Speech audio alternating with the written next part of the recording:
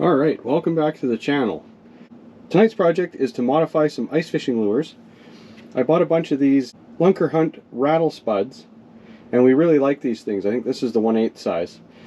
These are a rattling jigging spoon.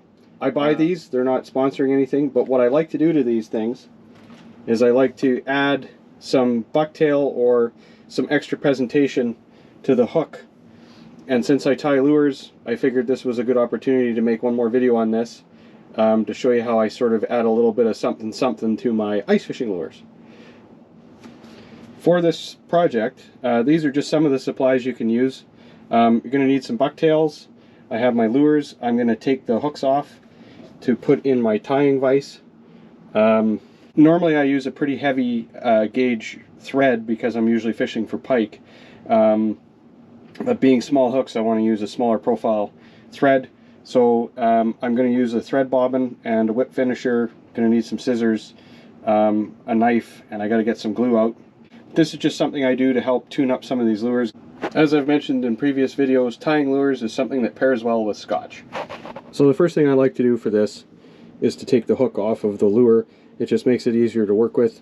So I'm going to get this hook clamped into my little vise here.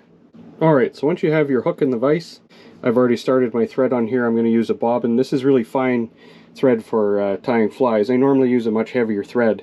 So once you get that started... Scotch? Alright.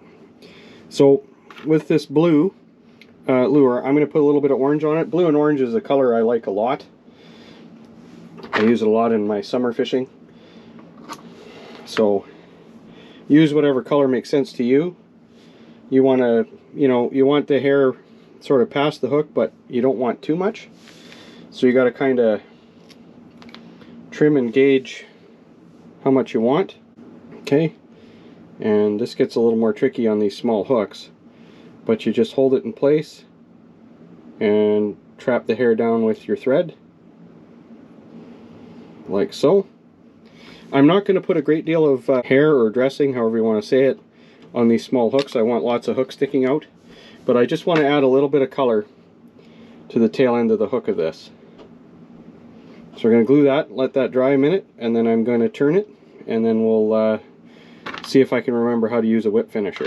Alright, so I've got my hook turned. I'm going to put a little bit more hair on here. I had a question on one of my other videos on where am I getting my bucktails from, and it really depends. A lot of the times I've been getting them from Cabela's or Bass Pro.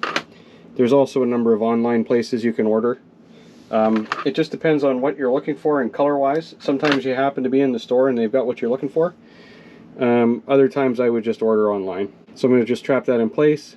So I tend to struggle a little bit with the finer work like this, but this is something I want to add to my lures. So I think I'm going to try to do a whip on here, and then you take it off of there, off of here, and you pull. For those of you that tie your own flies, you're probably screaming at your screens right now.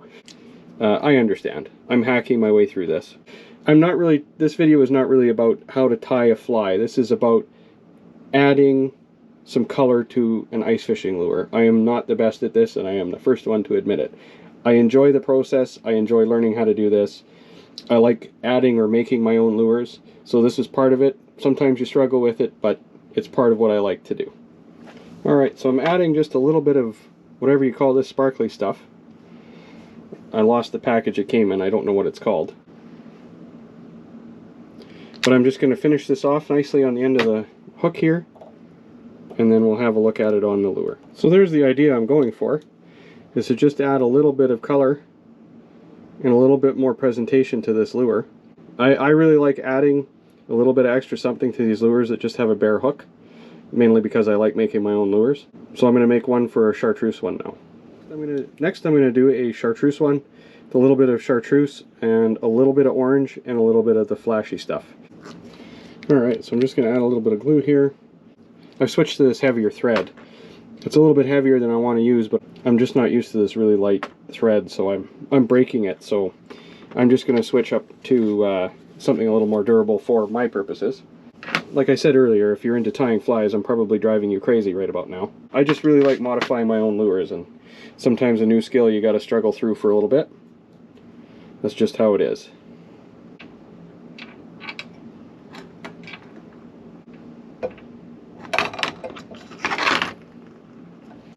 That worked a little better. Add a little bit of glue to it, then I'm going to turn it.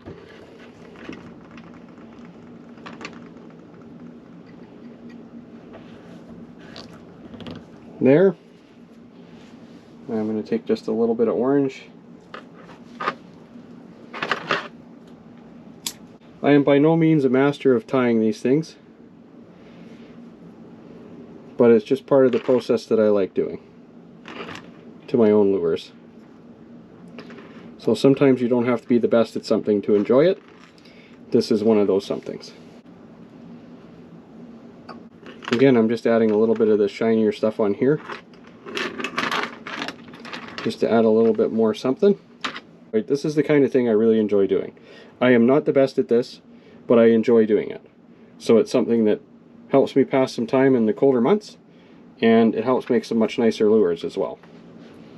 Alright, so there you have it. That's the small jigging spoon with just a little bit of extra color on the hook. This is something that, you know, I'm not very good at tying this small stuff. I'm used to making really big lures, so I really struggle with these small ones, but I still think it's worthwhile doing. I like adding this little bit of extra to these hooks, and these are some of our favorite lures for ice fishing for walleyes and perch. This is something you can do. I have other videos on making lures. I'll link them down below. Check it out. It's a good winter project. Again, this is a project you can do in the winter. This adds a little bit of extra something to your lures, gives it an extra bit of presentation, and it's just a hobby that I really enjoy doing. Until the next video, I really appreciate you watching, and take care.